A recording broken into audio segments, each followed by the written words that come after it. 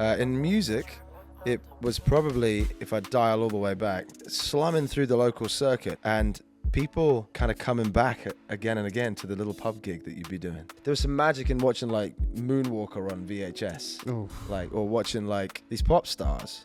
And I think when I was a child, I didn't know anything about whether it was about singing or playing or anything, but I knew about the feeling that I'm getting right now. I didn't go into music looking for an audience. What were you writing at the time?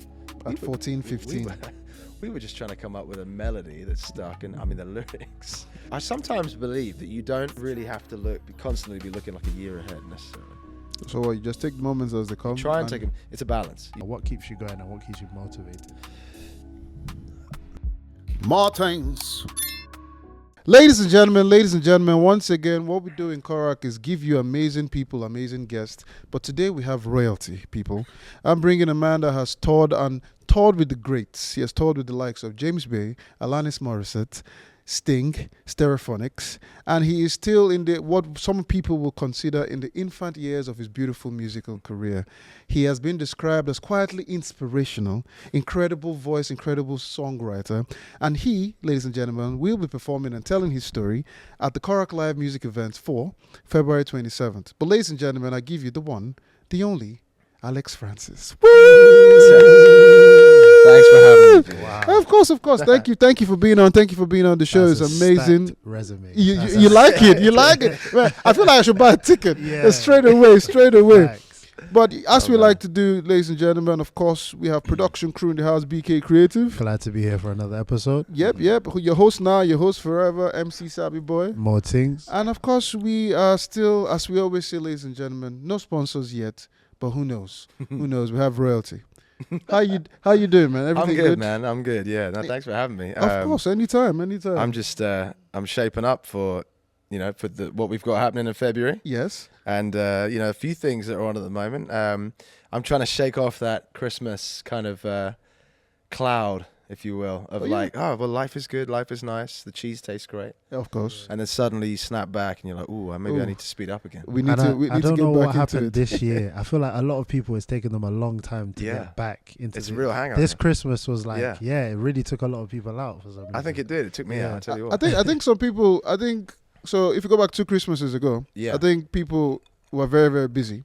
Then come 2024, people were very busy, but they said to themselves, you know what, I'm going to take some time out. So as always, when you take that time out, coming back, seems like, this is a drag.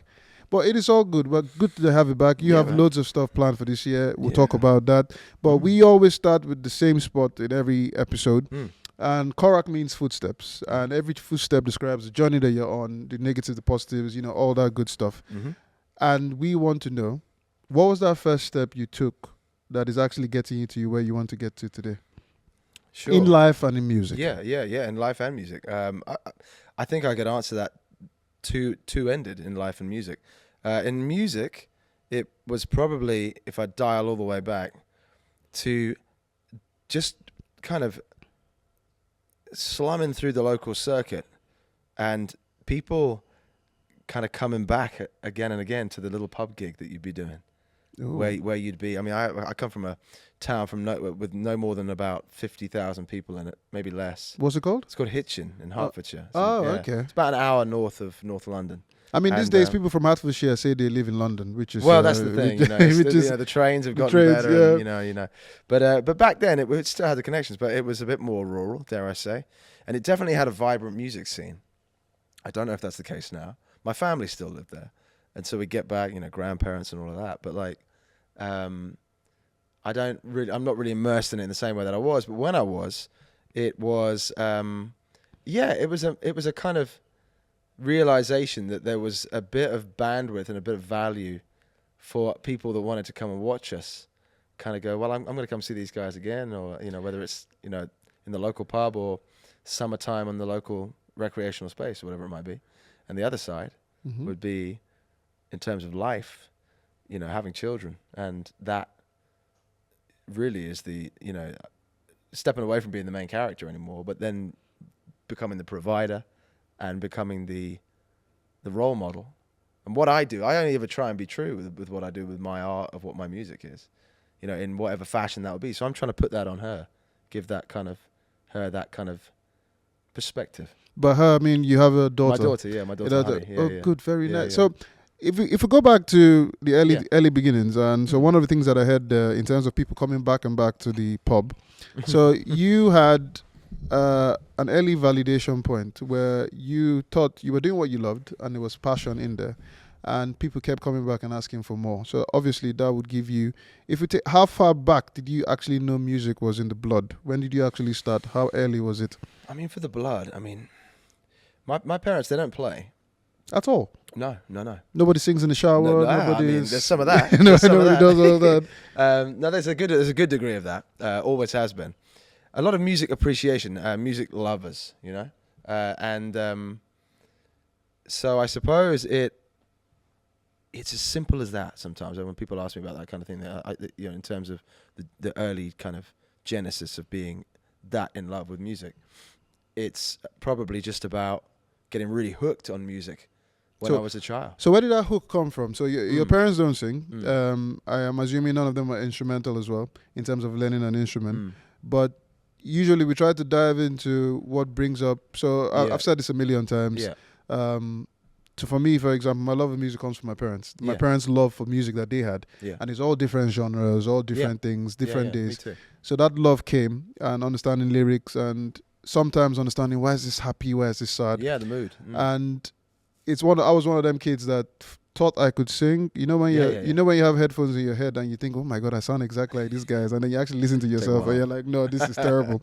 So with you, that love is what we're trying to understand. Yeah, Where did it come from? If you could pin it down, where did it come from? I feel like when I was a child, I went through like kind of, this is not an uncommon thing probably, but I went through like, you know, fads and obsessions and phases with things. And with music, you know, there was a lot of the kind of very normal sort of diet of music being fed into life at that time. It's just pre-internet.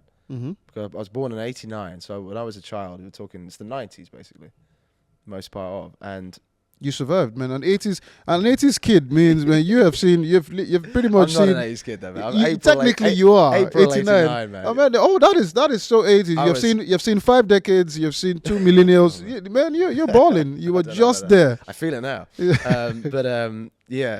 I think, you know, all those big. I mean, music as a kind of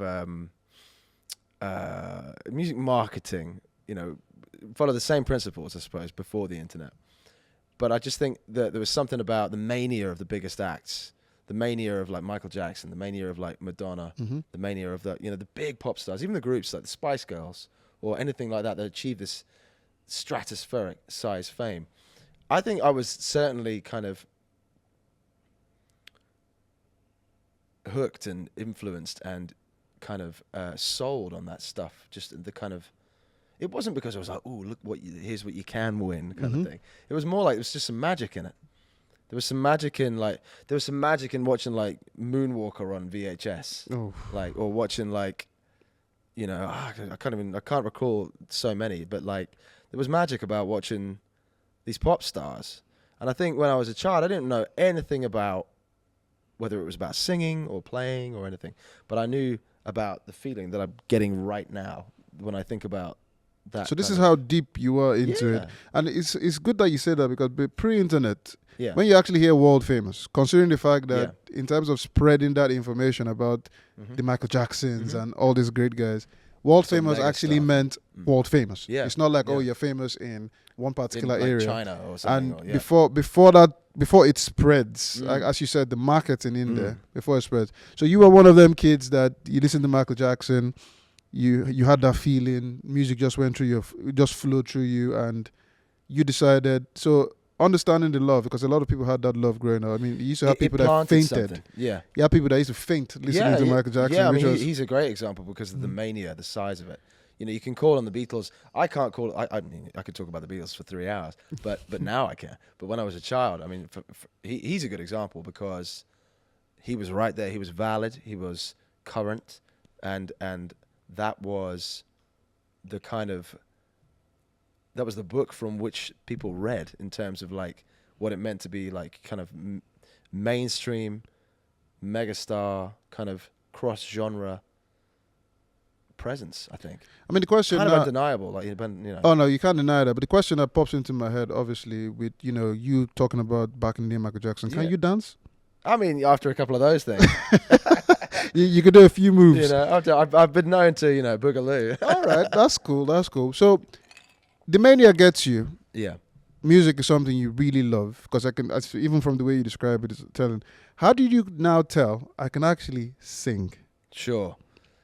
I think there's like a kind of, within all that kind of childhood, like, I got a good one actually, just record it, like, the karaoke machine would get plugged in, we'd tape the radio, Okay. and we'd tape the singles, and we would like, I can remember my mum had this friend, she worked in fashion, my mum, fashion illustration in her professional years, and she had this friend called Colin, his name was, and he would like, he had like they were talking like there was no phones. He had this VHS video camera. He'd bring it to dinner parties and barbecues, and everybody would have a bit of fun. It was like like the kind of almost like 8mm, Yep. 16mm camera kind of thing, and we would just get all kind of excited about the idea of making a pretend music video or something.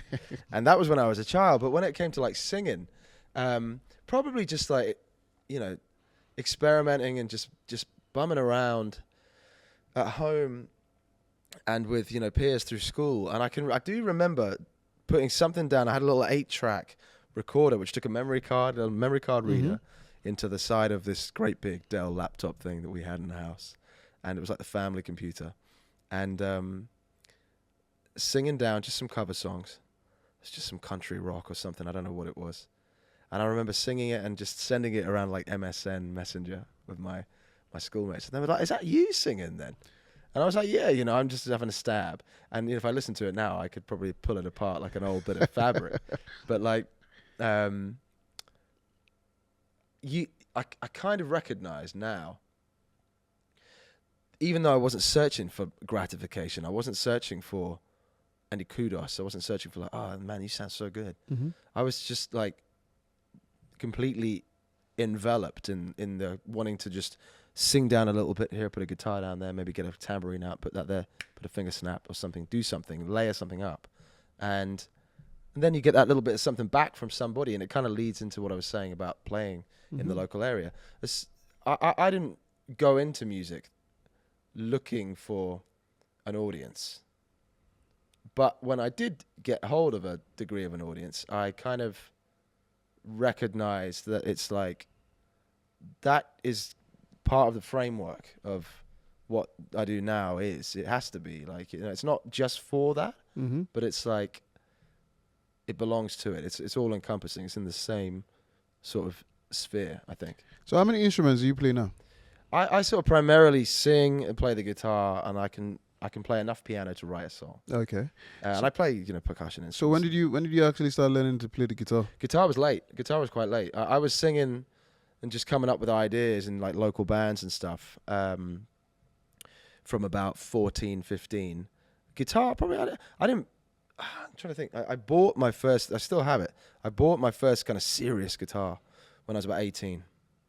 And So before the seriousness, you've mentioned about we used to sing in the pubs, the bands. So we've gone from the mania, understanding that your friends are like, "Wow, was that you singing?" So you can sing. How do you go from there to actually forming a band and going out to singing in pubs and all that good stuff? But before you answer that, generally, what else did you love other than music as a kid? What kind of kid were you? What kind of kid? I loved skateboarding. I've got a million little nicks and scars on my knees. Well, Tony Hawk was one of the one of the role models. Games. Yeah. I loved. What else did I love? I loved the outdoors. I loved being out. We lived on like a green, which was like an enclosed space off the main road. It wasn't a private road or anything, but it was like a kind of. It was safe enough that we could go out and just tear up out and about and hear the call for dinner. We could still hear the call. Oh, I like that call. Yeah. We could hear the call and, try and get 100 laps around the whole block in an afternoon. So I was just raised on, it wasn't like a sort of sports focused thing either. It was just being out and about. Oh, yeah. Like, That's when That was big people for say, China. I'm going to play. Play actually meant you're going outside the Yeah, house. that's what we're trying to implement. On Good luck with on- that. I- I don't know how that's going to work, I but just keep getting my phone stolen. That's what happens. that's good. You're more tech savvy. How did you get into that? How did you get the same face as me? I don't know. So all that energy and love for music, love for outdoors. So now you can sing. How did you start putting together a band? First of all, I mean, the family dynamic is you, mommy, daddy, and you have My a younger brother, brother. yeah. Yes. So all that, I take it. I mean, 2 boys. I'm sure there's loads of energy going around the Yeah, I house. think it was balls to the wall a lot of the time. I can imagine. I Yeah, can yeah. imagine. So how do you start putting a group together? And who was in this group? So my brother and I were primarily kind of were the ones that were kind of like on the crusade to see if we could write a song. Mhm. And then we would find like contemporaries around us that were just happy enough to pick up another instrument and just be as into one band that we were into as another. What were you writing at the time? We At were- 14, we 15? we were just trying to come up with a melody that stuck, and I mean the lyrics were anything. A friend, one of my good friends, who still one of my closest friends, and he's less about performing in music these days, and he works in like photography, and he's still just as passionate about music. He's got the kind of hallowed Dropbox link to all these early demos. I would love to listen to that. I can just imagine. It's something. One of the things that people are always talking about is when they started with poetry and writing about love. And in my head, I'm thinking, you were a teenager. What were you writing about love? We were probably, I mean, I'll be honest, I think I was just, whatever I was listening to and hearing, I was just trying to copy that. I was kind of just listening to like lyrical turns and turns of phrase and vocal styles, and just plowing all of that energy of being excited about what I was hearing singers sing and seeing if I could kind of copy it. That's sort of where it kind of... Well, I mean, you always start with what you get. You kind of do. When I talk about singing, like, I could still earmark right now on one hand the singers that I'm old enough and ugly enough to say that I borrow from, because I love the style so much. Let's start with old enough before we get into ugly enough. So who are the singers you Who's the could- 5? I mean, it's not a definitive 5, but it's like a strong 5 that always tend to show up. The 5 are probably Bobby Womack, Mhm. Aretha Franklin, Of course. Donny Hathaway, Chris Robinson from the Black Crowes, and I would finish today in this room with one more singer, maybe Carole King. Yeah, it's sort of all belongs in one era, but that's just. I mean, those it's one era, but you could argue that they're very kind of different genres in terms of splitting you into. So these are the things that you were, these were your inspirations back in the day in terms of trying to put a melody together. Do you remember your first show? I do remember my first show. How did that happen? It was Paul. So there was another band in the area that we were friendly with, and just classically, like any time, you just get the invite to play. Mm-hmm. In a venue in a building that's sadly no longer standing in the local area. But it was I tell you what, I do remember the energy of the fact that it was happening. It wasn't anything to do with like promoting. People just it was the local youth. Again, we're talking like we're just edging in on MySpace. We're nowhere near. We're not really anywhere near social media yet. Okay. I'm trying to think what year. It would have been like 2004 or 5, I think.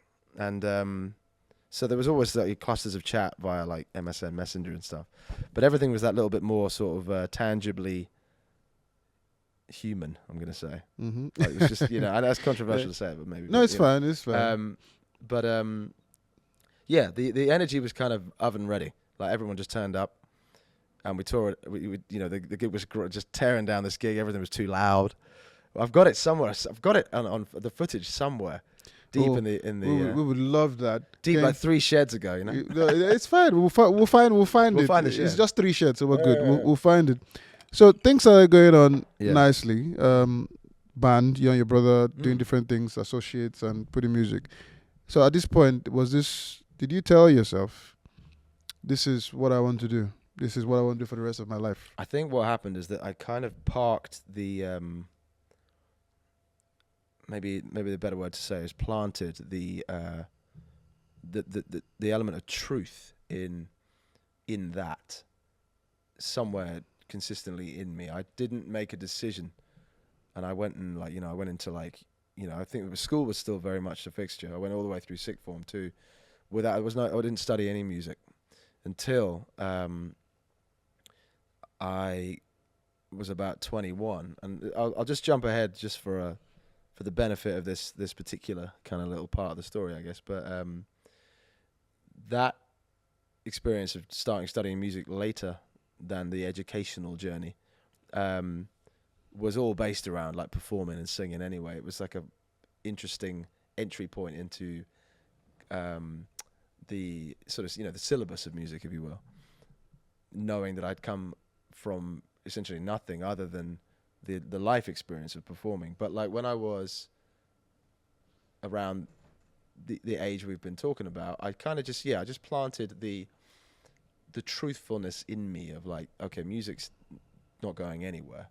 Why wasn't it going anywhere? When you mean it's not going anywhere, meaning I can always come back to this, or this is the funny thing, that the thought wasn't I could always come back to it. Maybe the thought was more, I have no idea how I'm going to manifest this being the one thing. I don't think. What were the other options? Well, I was so my mum is just like super artistic. My dad's background in work was in like hospitality, food and drink. So like all those kind of things you can get easily passionate about in life, food and drink, of course, and the arts. In general, the arts is such a brushstroke term for things, and so because like all of that was kind of just existing in our household, I kind of tried my hand I tried my hand in an art degree. I tried my hand just in like college courses. The funny thing about looking back on those times is that they were just kind of distractions from the project that was side saddle, which would have been, how am I going to get the next band project off the ground? Mm-hmm. How am I going to get the next solo project off the ground? Did this have anything to do with fear, or it was just Probably. a case of Probably. why you were not? Because so far, with the way things have been moving, you've sounded very, this is what I want to do, confident. Yeah, I sure. to it. So was that an element of fear that actually came in? I think I was at a time in life, like sort of late teens, where like that analytical part of the brain really starts to kind of manifest any which way. You can, you're. I feel like it's a scene in Inside Out, Disney Inside Out or something. It's like she has to think about the anxiety level, in that second one. And like, I'm not a sort of overtly anxious person or anything, but I think that's what you just said there is probably a fair corner of what was going on. Like it was indecision. It was indecision without knowing too much. But it's actually what led me to go and get into studying music, because my brother and some friends had already sort of migrated away from the hometown down to Brighton to study at an academy called at the time it was called the Brighton Institute of Modern Music, or BIM for short. It's now called the British and Irish Modern Music Institute or something like that. Is that the Brits Academy? It's not the British Academy, but it's cut from a similar cloth. Oh, okay. It's that kind of thing. You can sort of choose a specialism, and then you can kind of take modules and you can get qualified and kind of whatever you want. And so I went down on a whim, sang "These Arms Are Mine" by Otis Redding, and got in on the day. It's kind of like hilarious, like almost like a. So you had to audition to get in.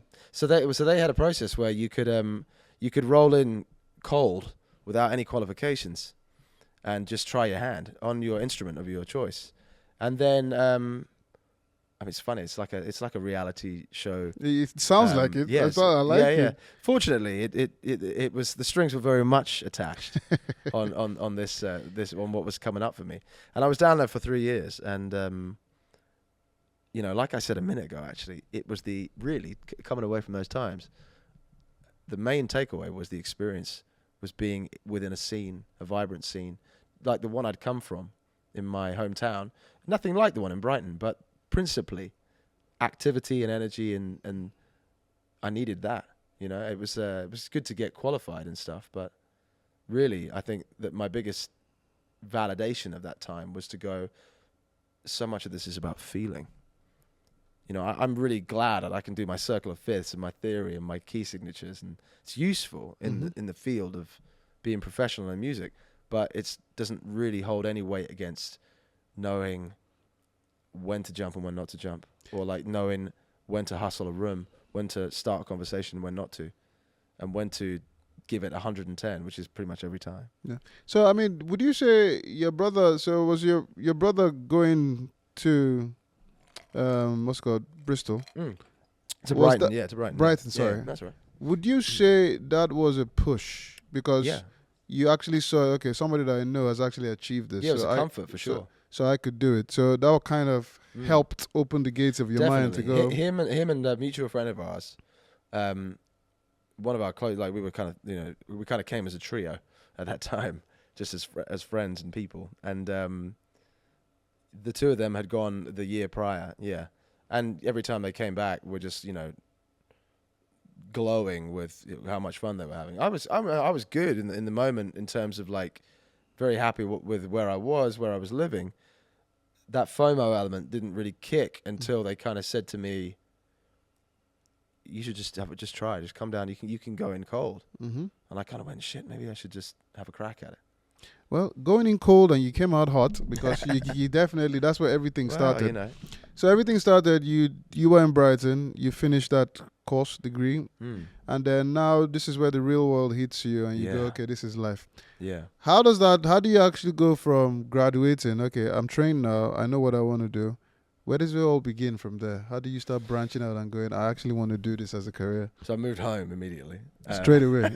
Yeah, like I moved back to my hometown. Within a few weeks, me and a friend of mine, we got a little flat. I sort of give my parents the biggest kiss and say I love you, but I can't live with you. nah, this is. Yeah. I mean, a roof is a man-made thing. You didn't want to build your roof too low. No. No lost love there, but yeah. So we end up in this flat, and I was talking to somebody about this recently. They asked me a similar question in terms of this point, and I was pretty hungry in terms of, okay, London is really, really close. I knew London enough anyway from just traveling it and going out in it enough over the years. Even from Brighton, it's kind of equidistant, and so it was a kind of immediate kind of hustle in terms of who is where, who do I need to find. And what I settled on was like, I don't want to find a manager.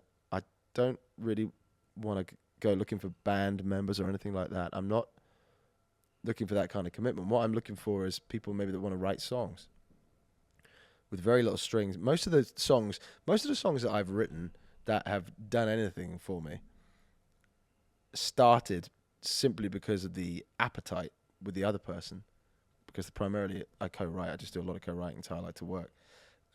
Because the other person, Do you do that because it gives you a different perspective? I just love that cross-pollination of a spark of an idea, something you got excited about, and then something the other person got excited about, and they brought something in. I've just generally found, after so many years, I still have 1,000 voice notes on my phone that are half-written songs. And at one point or another, I went, just open it up, see if that brings something else in. And every time that I've needed it to bring something else in, it has. So it was about 2012, 2013 when I finished up in Brighton. And I came here, and I would just go to like mixers and networkers in pubs and venues, find it on. It was, Facebook was kind of emerging then, so there was an ability to sort of look around and see what the kind of things were going on, event spaces. And I found a few people. I found like 2 or 3 people, and just had at it for a while. Wrote enough material, learned it enough to feel really good about singing it, and then just started gigging it on anything, anywhere. An open mic here, a So Far Sounds there, anything like that. Without too much kind of... I sometimes believe that you don't really have to constantly be looking like a year ahead necessarily. So what, you just take the moments as they come? You try and take them. It's a balance. You do in certain things. You do. It does pay to look a bit further ahead. So the aim was put myself out there as much as I can and see what happens. Just try and begin to build some semblance of a community. I had a community in Brighton, but not a lot of them moved when I moved. So I thought, okay, like I know I'm going back because kind of ran out of money, and I kind of thought, right, well, I need to get back into a place where I went and got a pub job in my hometown too, with a landlady who sadly has passed now, but she was so wonderfully understanding about. I sat down with her and I went, listen, this is what I'm kind of trying to do. Can I get a few hours in? Can I get a few shifts in? Can I, pay my rent? Mm-hmm. And it worked out that way for like a couple of years. So it was, in a way, it was like the stars kind of aligned for me in that little perspective moment where I could have the understanding of my immediate people that I kind of had to do a Clark Kent and a Superman with the pub, and that I could be in London enough to hopefully bring something back each time and begin to develop. So with all this hustle and living each moment and living in the now, when did it all click? When did you go from when did Clark Kent and Superman, when did they actually become one? And then you could just fly into the realms of music and started making a big name for yourself. I found my way to a manager about 2 years through one of the guys I was working with writing, and him and I are still bosom buddies. And like, I found my way to a manager who I was with for nearly 5 years, and he was, not completely instrumental, but he was certainly instrumental in being able to extend that community out, invite people in. He was quite seasoned at the time that we got together. He'd been in the game long enough that he could recognize what was required in certain areas. Not every single one. I mean, the manager to artist relationship thing is probably the most complex one of all. It's like a parents or a relationship with a partner. So me and Blessing always have this conversation. Yeah. So I think managing artists is top skill. I think it's covert mission stuff. Man. And it's definitely something I do. Yeah. We'll probably have to sign like a code of conduct of who kills who first or something, because it is tough. So, but you guys seem to like create a good relationship. We worked together for about 5 years, and there were highs and lows, of course. But I think in terms of your question about when did it kind of cement music being the main fixture, yeah. When that breakout happened, because you've toured with very world class musicians. I've gotten I've worked with a few different teams over the years. Some people stick around, some people don't, and it's difficult to sort of like talk about it in a kind of roundabout way. But like so much of it is based on like simply the relationships you're having with the person, and being able to swallow the fact that if something isn't working out with somebody, then you can step away. You can hold on to the validity of what you might have achieved through somebody, but you have to progress on and open the door to another person. And it's a skin thickener in a way. It's a funny thing. It's like because with your experience and the people you have worked with, and one of the things I'm trying to understand, especially with you're a very gifted artist, and you've been in this for a while. I remember I saw your thing, and I'm thinking, how do I approach this guy without having me a DM, which I love. Yeah, without having do you know how many DMs I've sent and people haven't answered? I can imagine. And we're having this conversation I told him. He asked me, "Oh, how did you get in touch with Alex?" I said, I sent him a DM, and I said when I sent it, to be honest, I didn't expect him to reply, because you get to that point where you get a lot of no's and you're just thinking, it'll be what it'll be. But how do you go from being the simple guy that enjoys his music, likes what he's doing, and then how do you cross over to that point of, this is world class here? And obviously, with you mixing with world class artists like yourself, how do you then stay there? That's a really it's a hard question to answer, because the thing is the currents and tides of like trends in music and tangents that you can get onto are really ever changing. I am not the first artist to say this by any stretch, and I'm sure everybody that watches this would agree that the pandemic was an insane curvebole. The fact that I had my daughter during the pandemic was a blessing, because you were busy. Well, there you go. I was changing butts, but like but the fact that happened, I sometimes think about it in terms of like, I mean, I was live streaming like hell. I was doing private shows on Zoom. I was charging out for those. I was working with my producer. We were hell for leather. We're putting like 9 hours in on Zoom with all this peer-to-peer, like no time jump like software. It was really, really clever stuff. But like the pandemic kind of, in terms of what you just said about like how do you keep hold of certain things. I'll be upfront about the fact that I have moved through different chapters of my kind of journey so far in music, put a couple of things away, left a couple of things behind that was simply symbolistic of the moment that I was in, brought a few things with me as well. Try to just maintain being as sort of honest as possible about it. Really, like the tides of opportunity chop and change a lot. It's staying on a tangent is tricky even without a pandemic.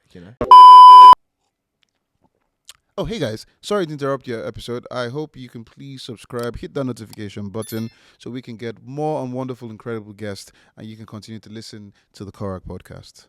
Till then, more thanks. Go back to the episode.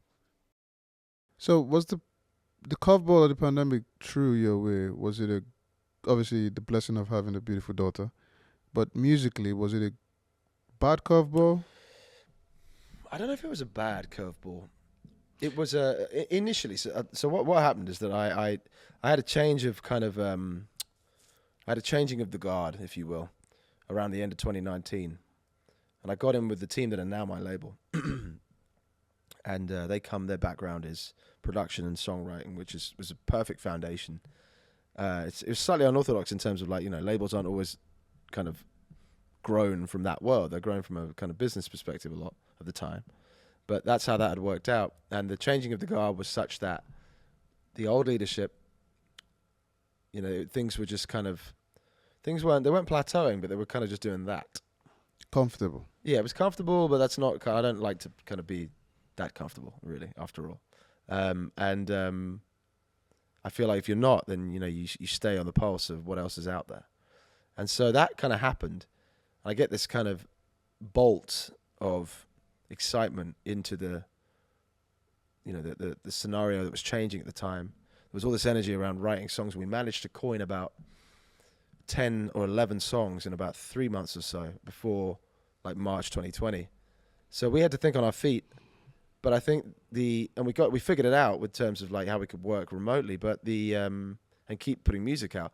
But just the whole landscape of not being able to get on a stage was very like it threw me for a loop for sure. I was freaking out a little bit. I was kind of like, this is it was very really like that's where I'm like, that's what I love the most is being on a stage. Very tough time for creatives and musicians back in the pandemic era. One of the reasons I'm asking about, you've done a song with Melanie C. Yeah. As I said, they toured for Sting and all the greats and contributed to a lot of albums that are out there. And it is music being such a cutthroat and, 1 minute you're up there. But some people seem to get to that point where they stay. And obviously with your experience, it's a learning curve where people can go at 1 minute you're with the greats, you're great, and then I wouldn't say you're not great, but I would say you're once again it's almost as if you've been running on very high levels and then you decided, let me just calm down and start the race all over again. I tell you what though, like I analyze this quite a lot in more recent times, is that whether or not doors open in the future to be out on international stages. I mean, currently behind the scenes, we're joining the dots to, to be able to make those strides on the kind of level that works for everybody. I've toured Germany before, under my own name, doing headline runs in venues that would, it was carefully kind of curated in as much as, the sort of the eye of the beholder, and as much as what you want to achieve from going out and, doing stuff overseas, for example. And I'm trying to dial into like finding people, where people that truly believe in what this is are. So what's the vision that you want people to believe in? I think that I want people to believe in is that you're gonna get an honest perspective on a theme in a song every single time. You're gonna get 110% of the kind of earnest sort of honesty about how I want to sing it.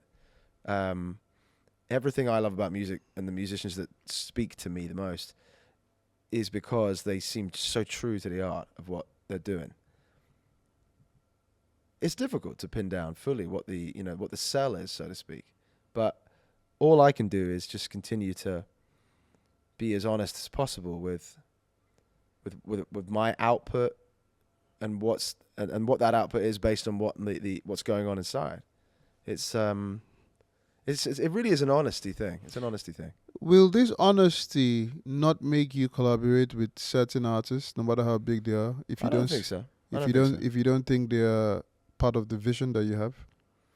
No, I don't think so. I think the kind of things that I try to be an open person in terms of,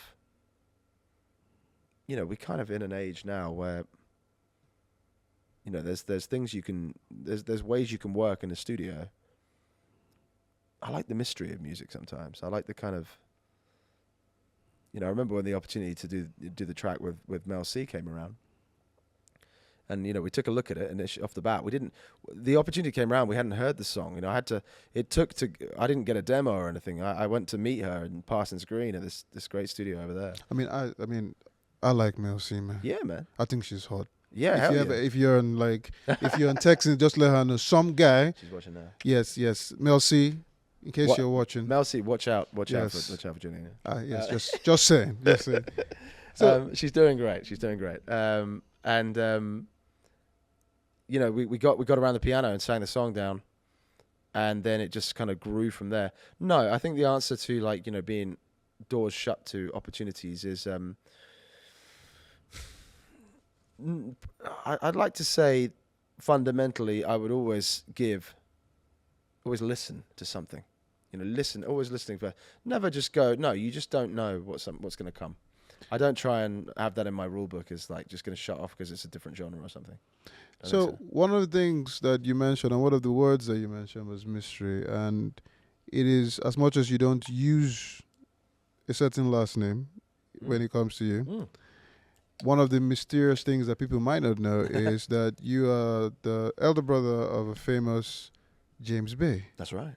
And here's a funny thing is, where you go. Blessing was listening to a song of yours, and he goes, "This guy sounds like James Bay." I'm like, it's his brother, right? Something in the DNA, right? Yeah, something. It's his brother. I had that actually. So he looked at me and goes, "Nah." I'm Come like, on, man. and I should look at the profile like, whoa, like this. How is it that they sound exactly the same way? I'm like, well, I don't know. Do you know what? The thing is, when I think about people finding my sound or my voice or whatever, and people finding him or however well they know him, we did do a lot of our kind of initial music discovery together, and we kind of went in on the bands and the artists that we loved firmly together. I'm talking before we were professional in music, just having obsessions or fads with bands and stuff. So when you're learning, it's like any instrument, anything. It's not just singing. It's any instrument, any kind of vocation. You're going to take you're going to begin to sort of figure out a kind of language for yourself, how you sing songs. And so, I'm if James was sitting next to us now, I'm sure he'd say the same thing. The kind of ingredients, the kind of, recipe bowl of what we use generally has got a lot of the same foundation ingredients in it. And to me, that has never really, it certainly doesn't matter now, but it's never really mattered that much. I don't think it's mattered that much to him. No. Because in no kind of defensive way.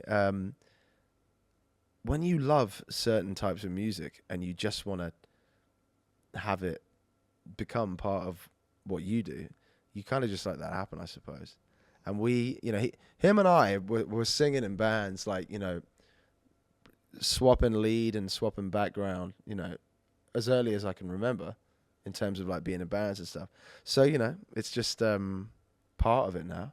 But it doesn't. I mean, I sit here and I use my middle name. I'm Alexander Francis Bay on the passport. That's my name. And the decision for Francis was it was purely like it was a bit of an experiment, a little bit of speculation, and a little bit, I'll be honest, of like, let's let people connect the dots themselves. It's kind of fun, you know. It does open the door for Yeah. mystery, which I like. Yeah. But and when you look at James' story, Mm-hmm. and two of you pretty much came up with the up from the beginning. Yeah. You were in bands together, Yeah. did things together, and he has gotten to where he is today. Yeah. It's like this. It's a world. It's been an incredible journey. Incredible journey. And do you feel, and this is just me throwing it out there, do you ever feel any sort of pressure in terms of There's in the been, music there's been, scene? do you know, it's episodical, right? When it comes to this kind of stuff, I tend to find, because there are instances where, people will want to kind of try to figure it out for themselves, kind of try to create their own kind of what's the word? Their own kind of certainly not judgment, but their own kind of storyline. They kind of think that maybe they understand the storyline or they know the storyline. There can be a degree of ignorance in it, because there can be people that just simply go, well, he's the kind of hold back the river guy, and then you're doing your thing, and why is that not sort of some gloop that exists in one little dish? That's not, they don't see two artists necessarily. But then there are other people that are fascinated by the idea that we're doing two entirely different things. And then there are other people. I'm one of those. That are, sure. And there are other people that are the James Bay fan and that are the Alex Francis fan and that are one or the other, There's so many different sort of versions of it. None of it really, has, for me personally, it has nothing to do with a definition of what I love. And also I love him, and him we and would hope. we would hope being your brother. 100%. Yeah. We like any brothers do. We have to work on being brothers, like as you go through life, But yeah. Will you being his brother? Yeah. Wouldn't that open a few more doors for you? Well, this is the thing. It's like, from a perspective point of view, as time has gone on, I'm very good at a kind of getting into a kind of lane and a zone and kind of immersing fully in what that is going to be for me in the moment.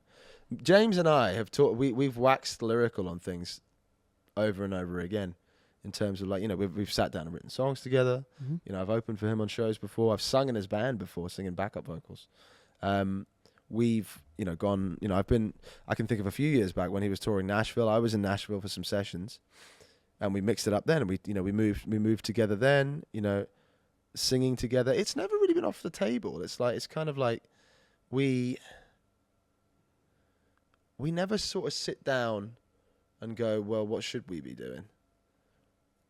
It's a hard one to sort of articulate, because what I'm trying to get at is that there are so many plates that you spin, whether you've had a hit record or you haven't. Like, you've got to spin all of them all the time, 24/7 all of the time. And I don't sit down in my chair at the end of the day and go, well, where is it?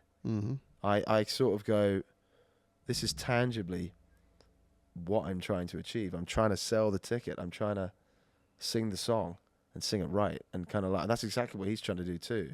And it's important to both of us that we stay true to that, because I'll be honest, it serves our relationship. It serves our relationship really well. But you guys seem like you've been close even as kids growing up, and it gets harder as you get older, of course. Of course, it does. Luckily for me, my brother is like smart, intelligent, and all that.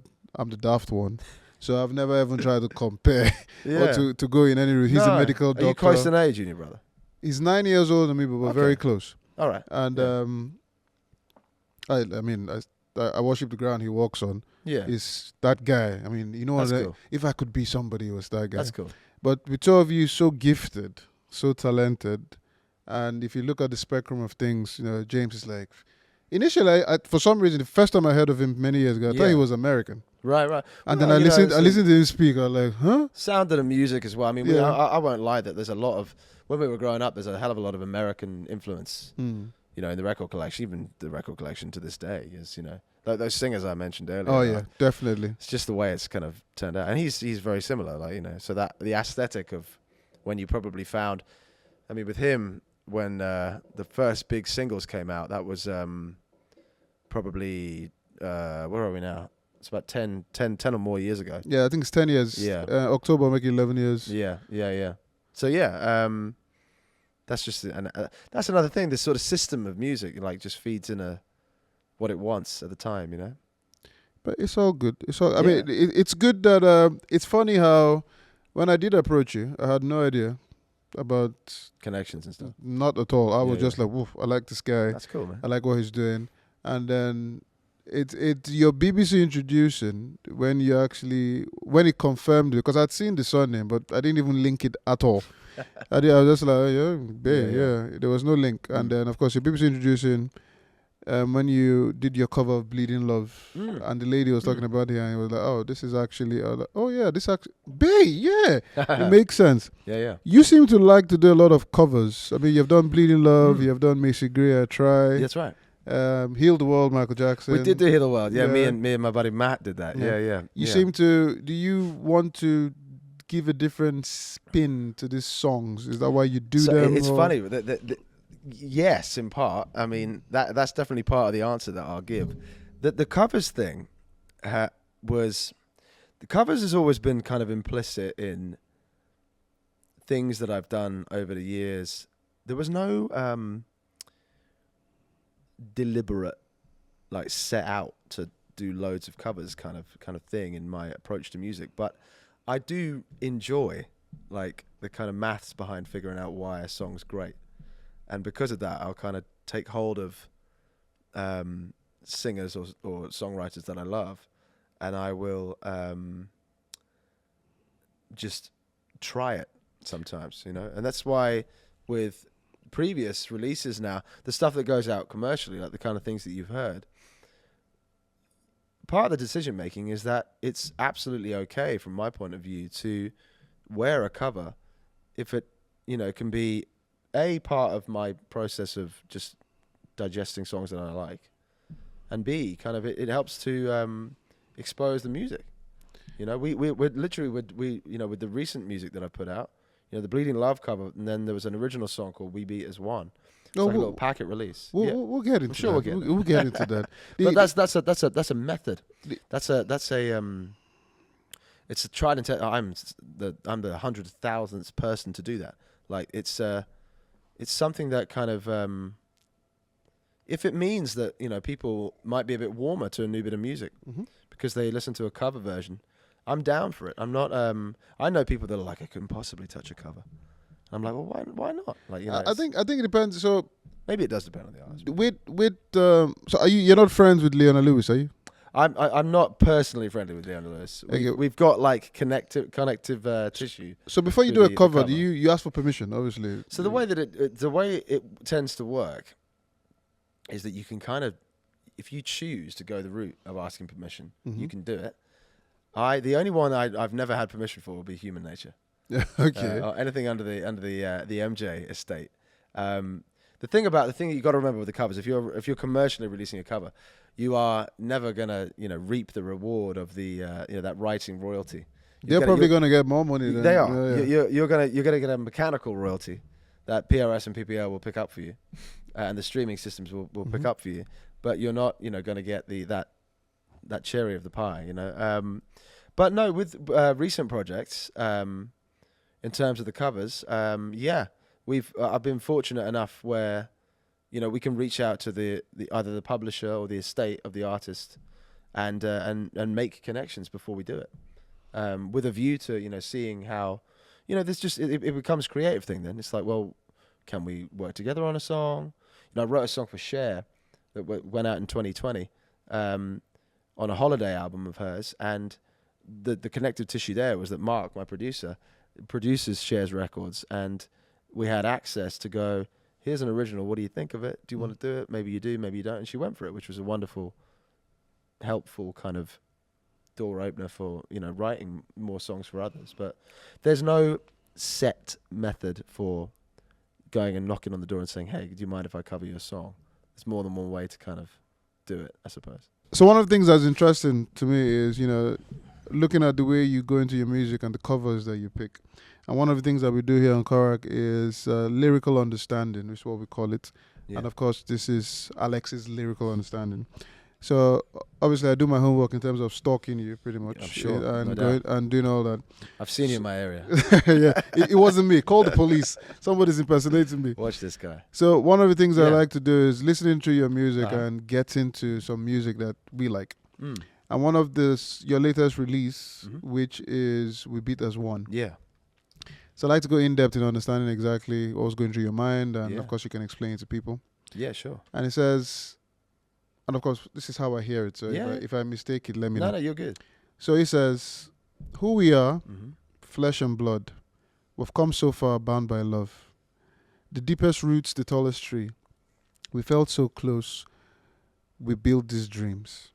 That's right.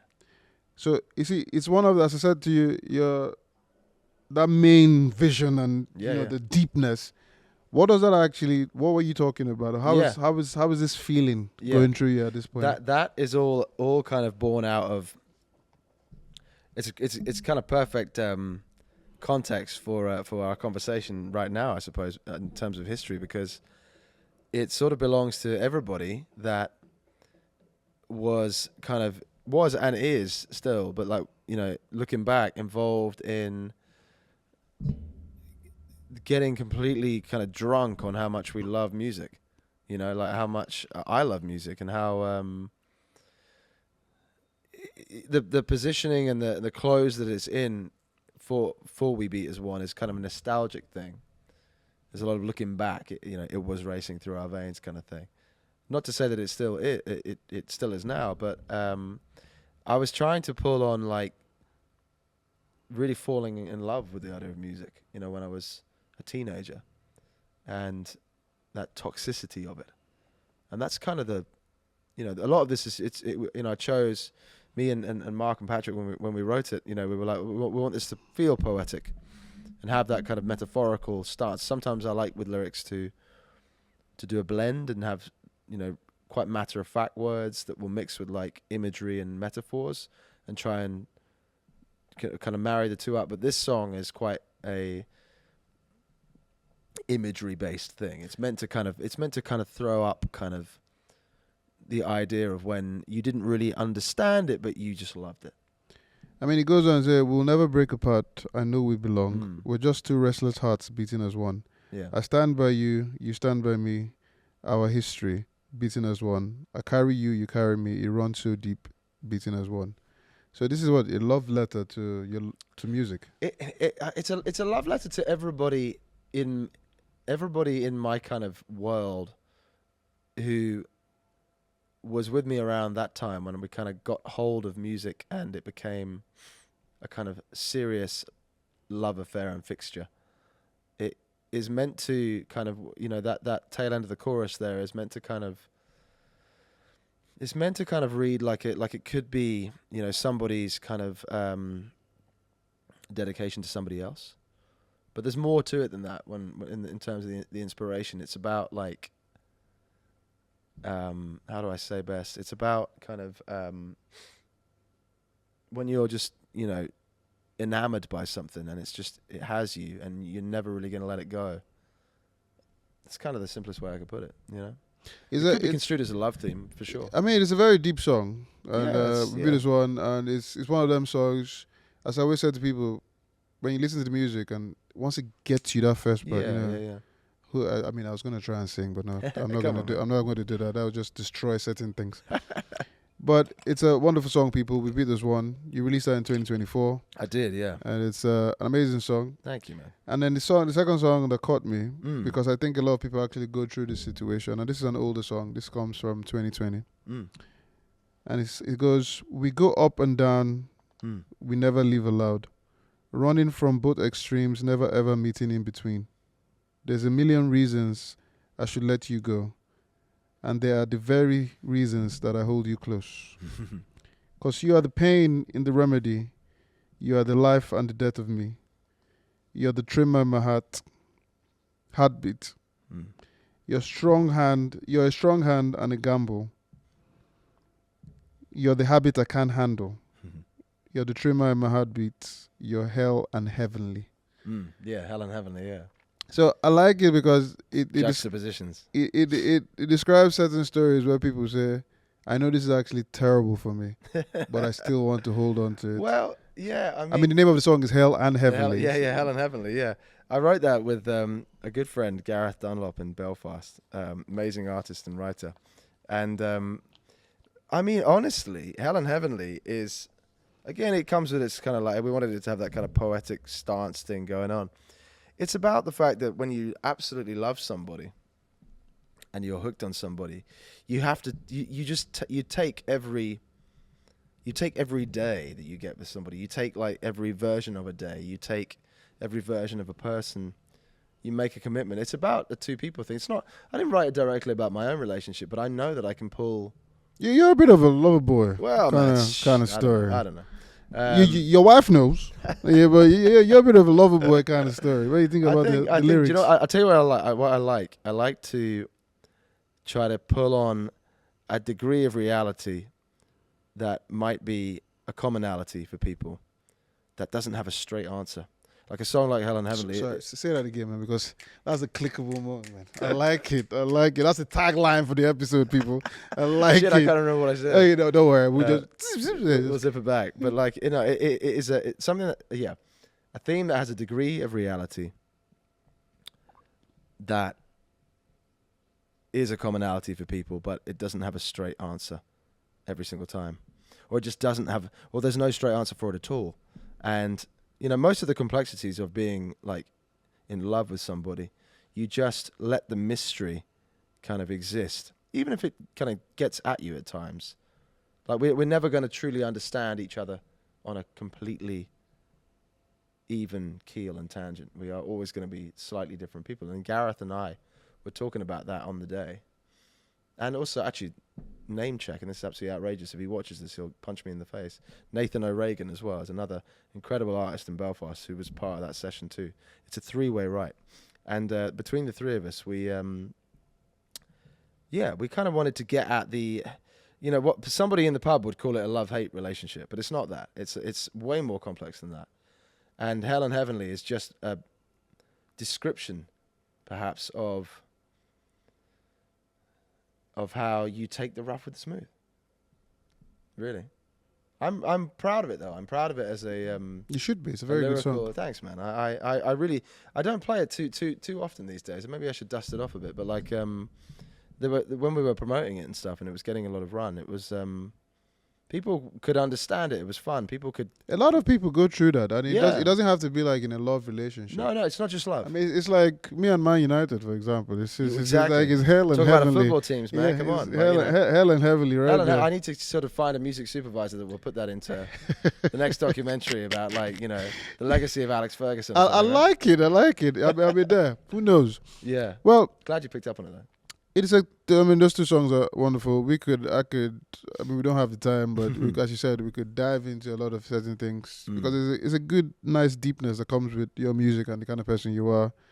And it's good that you try to take it out and try and actually show it to us with like your music words and all that. So it's actually good.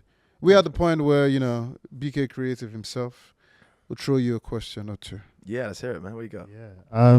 I think, first of all, it's just been a pleasure listening to the way you think, your story. And my question to you would be, and it's quite similar to what I ask most people, but I think this today will kind of hit a bit harder because obviously you're in a place where you're already, I would say, successful, and you're doing what you love and you're good at what you love. But what's the goal? What's the aim, or what's that point where you'll get to where you'll say, do you know what, like I've done everything I need to do, and now I can just sit back, walk my little girl down the aisle, all that kind of stuff, you know, like where do you see that point being? It's a hard question to answer because I know that there is a kind of musical parasite inside me, which will never ever go away. It will always need feeding. That's a hideous analogy, but I'm going to use it anyway. I think it's great. And it's the version of me which is always going to be hungry for some kind of creative necessity. But the man in me is, I think, on the kind of crusade to just sustain what this is for as long as possible. Sustain it being exciting for other people that want to like be part, want to stand in the room or be in the studio or whatever they want to do, become part of the experience of it for as long as physically possible, and then manifest it in a way that I can still find happiness in the process of it. The other thing I guess that I have to my advantage that I'm sure lots of artists have is that I simply love music. You know, I love to just put a new piece of music on or a classic piece of music and just get lost in it. You know, so I think that is the most undefinitive answer I can give you, you know. Nice. And then what keeps you motivated in what you're doing? I think obviously you're still young, but you've been doing it for a certain amount of time. Some might say. So what keeps you going? What has kept you going from the time where you moved out of your parents' house to this point now, and just carrying on from where you are now? What keeps you going and what keeps you motivated? Just picking up a believer along the way, like one person at a time. Picking up a compliment here and a compliment there, and picking up a kind of somebody coming back on an email, somebody coming back on a text, and like it doesn't seem like much, but it's strongly validating stuff when it kind of connects. And you know, team building too, I think. You know, I am like, you know, when we talked about like, you know, co-writers earlier, I'm a team kind of person. I'm not like that kind of introverted, like tortured soul in the corner, Bob Dylan kind of guy. I really love the people element of the community of it out, you know, in the room, but the community of it in the team and the strategy and all of that. So I think I'm energized and moved onward by other people's ideas as much as I am as my own. Yeah, that kind of thing. Nice, really like that. Thanks, man. Well, picking up a believer, getting that validation, understanding people can see your vision is something that you're doing really well. You also like to collaborate with people, which is nice. I'm a big fan of collaboration. I think it's the typical, if you want to go anywhere far, you go together. If you want to go anywhere fast, you go on your own. Yeah. So it's something, I think your story has been wonderful. I think I said, and as your journey continues, please, you can always come back anytime. Oh man, I'd love to do it. And we'll keep talking. Alex is performing, ladies and gentlemen, Korak Live Music Vol 4. So get those tickets and come down and hear more of the story, and of course listen to his beautiful music. It's been amazing. Thanks you very much. I think you know, when he said he still loves music, and when you were said like what is the, you know, success point, I just imagine this guy on a Zimmer frame in front of like in Wembley. You like singing, rolling out. And Alex, you can only do 3 songs. No. No. You can just see it at happening. least 6. Come on, man. Yep. It's got to be a full set. Thank you very much. Thank you for coming in. We are going to start the closing tradition. What you got? A closing tradition. You're the first. You're the first person. Okay. Obviously, Korak is footsteps. I want to understand people's journeys, and we want the story of individuals very important to us. Who and why would you recommend this person to be on Korak? Say it to the camera. So in case they want an artist. Yes, an artist. Anybody, an artist, any story, an artist preferably. But you know, who would you say? Korak has been wonderful. I think you should be on it. Yeah. And hopefully you'll be on it one day. Okay. All right. And why? I'm gonna pull it out of the hat. Okay. To camera. Okay. So right now, right here, the artist that I think should come and talk about story. Mel C, sorry. I'm just she might. What do you reckon? The artist that comes to mind right now, sitting here with you guys this evening, that should come to Korak and check it out, is Hope Winter. If you're watching Hope, you know who you are. You're fantastic, and I know that you've got a load of story to tell and a load of exciting stuff happening right now. So Hope you should come check it out. Hope Winter. There you go, people. Hope Winter. Hopefully, we should hear from you soon, or you will hear from me soon. I'll give her a call. Thank you. It's been amazing. Thank you very much for Thanks being on for having Korak, and we'll be seeing you soon. Ladies and gentlemen, the amazing, wonderful Alex Francis. As always, people, we had BK in the house. I'll see you guys on the next one. And of course, from your one and only host, MC Sabi Boy, keep it going. More times.